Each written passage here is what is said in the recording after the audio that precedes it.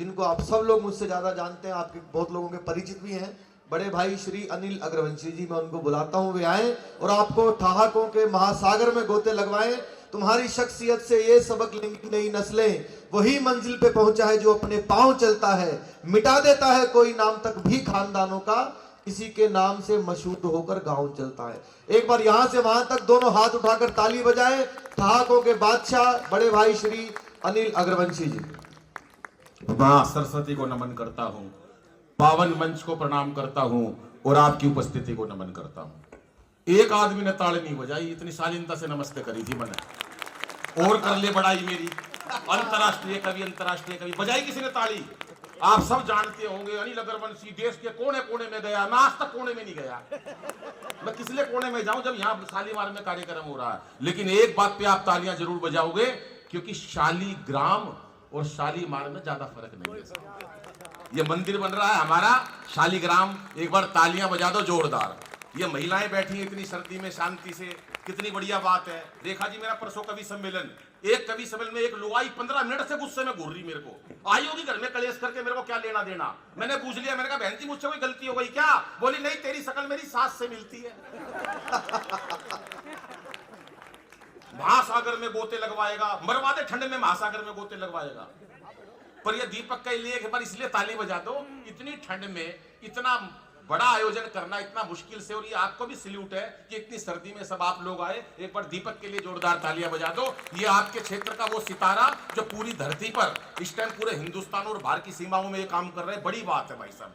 वरना 15 साल पहले इसका टेलीफोन आया था, आपको तो पता इसका नहीं आया था, और किसी का बुलाता हूँ। मनीष का टेलीफोन आया मेरे पास, ये जो पुलिस में है। अरे मैं मनीष भाई कहाँ? बोले अमेरिका।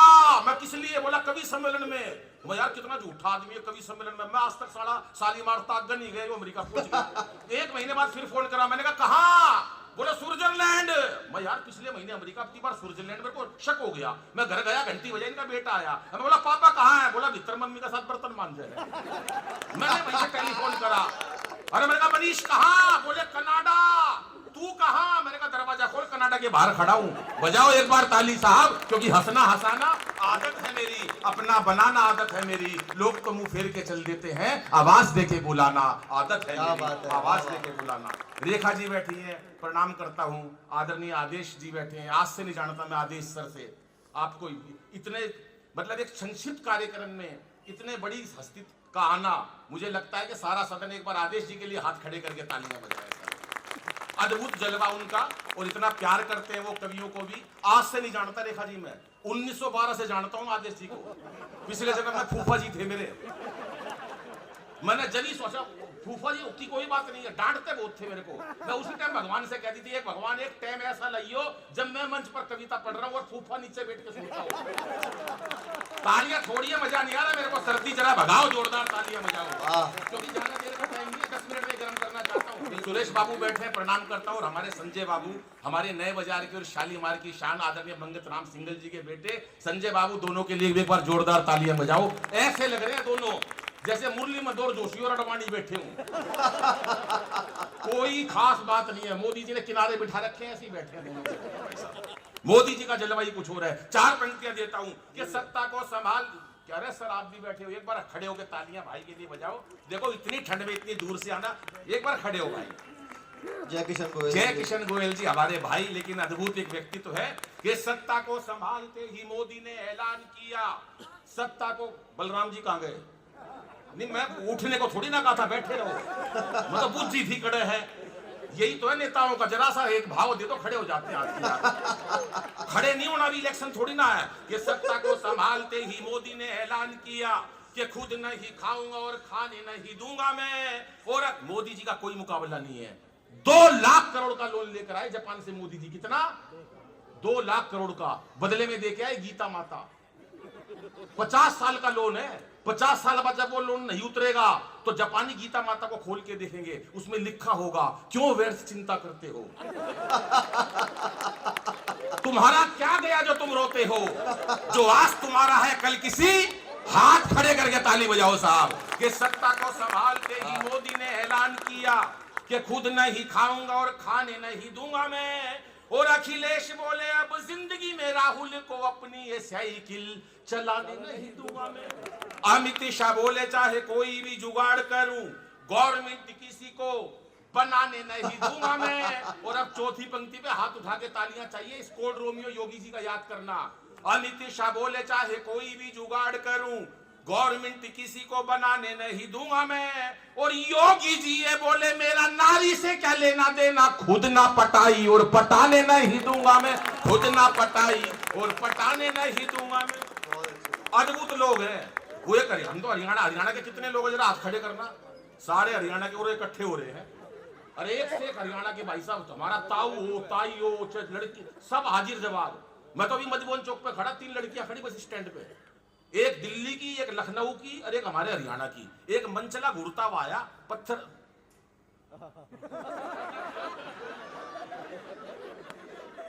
और काट दो रास्ता मेरा। तो 3 लड़कियां खड़ी बस स्टैंड पे। तू कहां गया था? तू हर गैर टाइम जाता, मैंने कई बार देखा, और हाथ मसलते हुए आता है। तू करता क्या वहां जाके? नहीं, ऐसे ऐसे लोग पड़े हैं भाई साहब दुनिया के अंदर है जी। बलराम भाई, उनसे क्या बात कर रहे हो? माइक किसने छेड़ा है? माइक मत छेड़ बेटा, ऐसे मत कर। सरदार जी इसको समझा लो थोड़ा सा। देखो कितना बढ़िया कार्यक्रम है ये मंच। हंसी की तो बहुत बातें बताऊंगा, लेकिन 2-4 बातें ऐसी भी बताऊंगा कि लगे कि राम का मंच है। थोड़ा सा ये तो हास्य का माहौल इसलिए बना दिया कि लोग सर्दी में बैठे हैं, कुछ उत्साह, क्योंकि जीवन में टेंशन तो कोई है भी। हमारे प्रताप भाई फौजदार जब आएंगे आप देखना, ठाकों से आपको गर्मी लगेगी, आपको ठंडी लगेगी, इतना हंसोगे आप। हमारे भाई, हमारे महेंद्र जी जी, हमारे बड़े भाई बैठे हैं। लेकिन दोस्तों क्या है, जीवन में टेंशन नहीं रखनी चाहिए। कोरोना का दिन गए, क्या दिन नहीं देखे हमने बलराम भाई। कोरोना में क्या टाइम नहीं देखा हमने, क्यों बलराम भाई? वही लुगाई देखी 2 साल तक।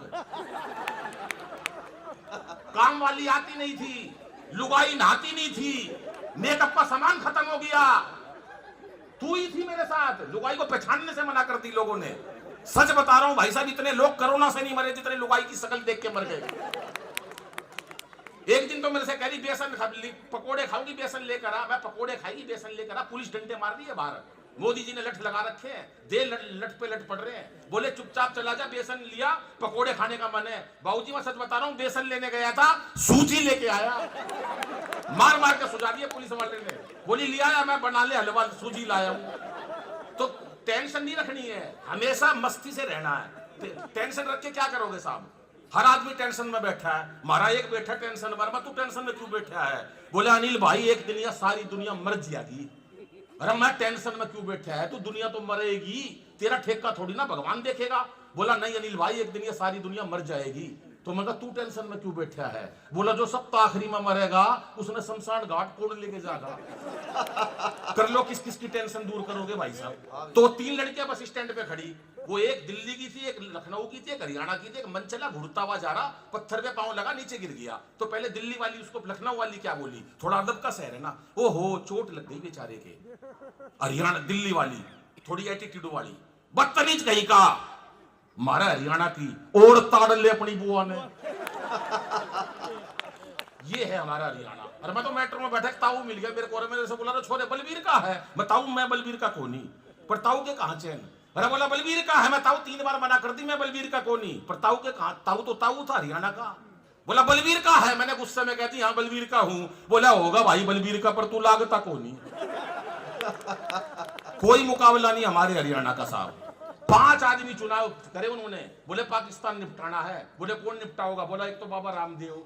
अरे बोला बाबा रामदेव पाकिस्तान को नहीं निपटा सकते। अरे बोला निपटा देगा, इन्होंने बड़े बड़े उद्योगपति निपटा दिए। 5 लोगों लेने थे पाकिस्तान निपटाने के लिए। बोला दूसरा नंबर, बोला दूसरा ले लो केजरीवाल साहब को। एक बोला यार केजरीवाल साहब अभी नए नए राजनीति में आए, वो पाकिस्तान को नहीं निपटा सकते। एक बोला यार 3 में तो ले लो, निपटाएगा नहीं, कम से कम दुखी तो कर देगा। नंबर 3 बोले राहुल जी को ले लो। एक बोला यार राहुल भोले वाले आदमी है, राहुल जी से पाकिस्तान नहीं निपटेगा। बोला यार निपटा देगा, इसने 125 साल पुरानी कांग्रेस निपटा दी। वो एक हरियाणा के बच्चे से सवाल कर दिया मास्टर जी ने, बेटा कांग्रेस की स्थापना किसने करी, इसका जन्म कब होया? बच्चा हमारा हरियाणा का था। बोला मास्टर जी मन नहीं बेरा, कांग्रेस की स्थापना किसने करी, इसका जन्म कब होया, पर नू बेरा इसका नाश कौन करेगा? नंबर 4 बोले मोदी जी को ले लो, देश के अगर भला चाहते और पाकिस्तान को निपटाना, बोले जी मोदी जी का नाम लिख लो। 5 लोग लेने थे जी, उसमें से 4 रखने थे। 5वां आदमी अगर नाम बताऊं, सच्ची बात लगे, माइक वाले छेड़ियो मत तो ताड़ी बजा देना। संजय बाबू सच बता रहा हूं, इतना तगड़ा इतना बड़ा कभी आज तक इस मंच पर नहीं आया होगा जिस मोदी जी का सीधा टेलीफोन आता है। आदेश जी आपके पास कभी मोदी जी का फोन आया? झूठ मत बोलना, क्योंकि जब मैं बोल रहा हूं तो आप क्यों बोल रहे हो? आज तक टेलीफोन किसी के पास नहीं आया, चाहे रेखा जी हो चाहे कोई हो। बाबूजी सीधा 12:30 बजे मोदी जी का फोन, बोले राम मंदिर बनवाना है, क्या करूं मैं? बनवा दो। बोले 70 हटवानी है धारा, मैंने कहा हटवा दो। ये सारे काम मेरे कहने से हुए। सीधा टेलीफोन मोदी जी का आता है। परसों रेखा जी से मैंने कहा 500 रुपए खुले दे दो, बोली ले। 130 रुपए दे दिए मेरे को। मैंने कहा 130 क्यों है? बोले 370 खत्म।